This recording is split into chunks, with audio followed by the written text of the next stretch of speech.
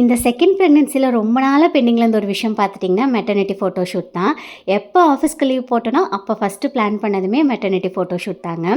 எனக்கு ரொம்ப நாளா இந்த மாரி வின்டேஜ் ஸ்டைல்ல சாரி போட்டுட்டு ஃபோட்டோ எடுக்கணும்னு ரொம்ப ஆசைங்க.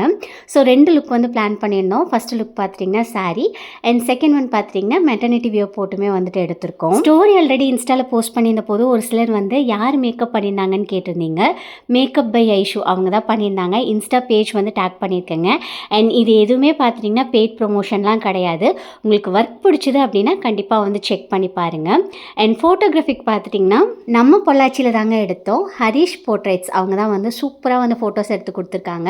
வீடியோவோட எண்ணில் அட்டாச் பண்ணியிருக்கேங்க.